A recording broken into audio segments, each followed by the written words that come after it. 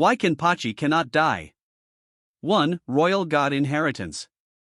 Kenpachi is the son of the God King and God Queen. He didn't steal divinity, he was born as its continuation. Divine law cannot erase its own royal bloodline. Death concepts do not apply fully to him. His existence is authorized by creation itself. 2. God absorption paradox. Every god who tries to kill him and fails only makes it worse. When a god dies near him, their power is absorbed. This includes authority, skills, conceptual immunity. Each attempt to kill him removes another way he could be killed. The gods call this the absorption loop of no return. 3. Nanoshinka equals adaptive immortality. Nanoshinka isn't just power, it's self-correcting existence. If Kenpachi is injured, Nanoshinka adapts. Erased, Nanoshinka reasserts. Sealed, Nanoshinka evolves past the seal. By Form 7, Nanoshinka no longer reacts to damage. It prevents the condition of death from forming at all. Final canon verdict. Kenpachi can be challenged crossmark. Can be delayed crossmark. Can be erased crossmark. Can be killed? No. He is not immortal because he cannot die. He is immortal because death no longer applies to him. 4. Golden Entity Safeguard. The Golden Entity is not a weapon. It is a failsafe consciousness from before the gods. If Kenpachi were somehow killed, time would rewind around him only. Reality would recompile his existence. The entity's directive. As long as Kenpachi exists, existence remains stable. Killing him would break reality, so reality refuses. 5. Failed erasure attempts, canon events. Crossmark timeline deletion, failed. Crossmark soul annihilation, absorbed.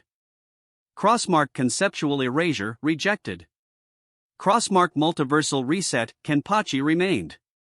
Azrael survives one attempt and concludes. He is not alive in the way we define life. Therefore, death has no meaning to him. The day the gods failed.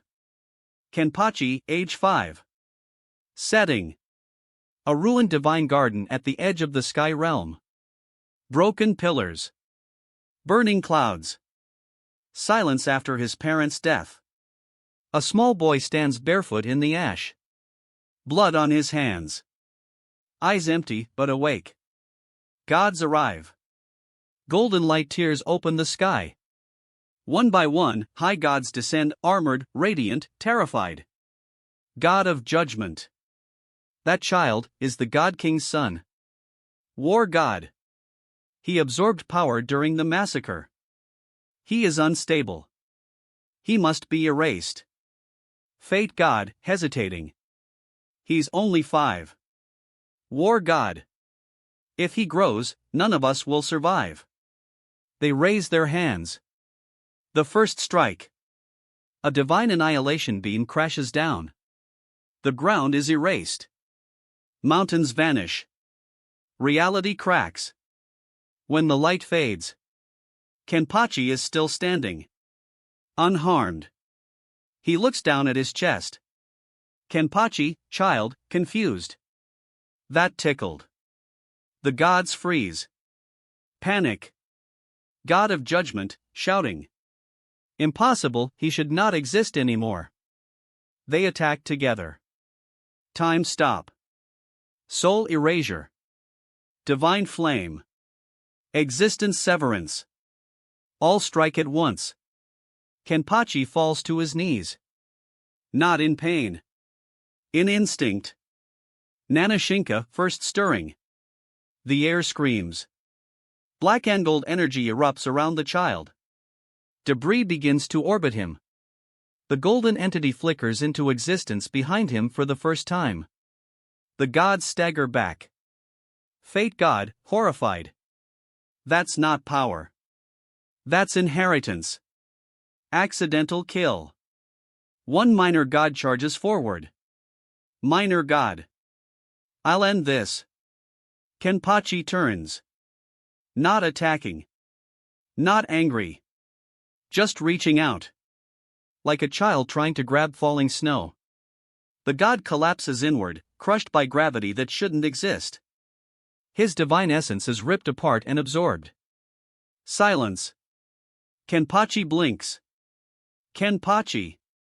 He disappeared. His aura grows. The gods step back. Realization. War god, voice shaking. He's getting stronger, every second. God of judgment. By attacking him, we're feeding him.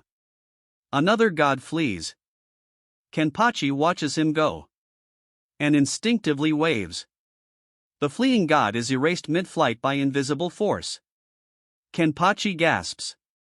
Kenpachi, soft. I didn't mean to. Retreat. The surviving gods retreat in terror. Fate god, whispering.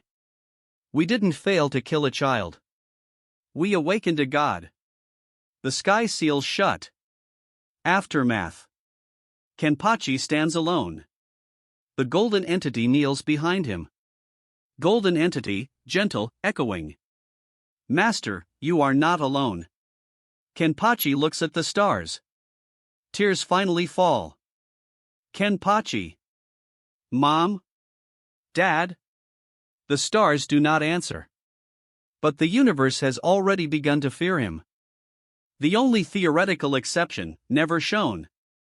The gods speculate, never confirm, that only something outside existence, outside concepts, outside narrative causality could end him.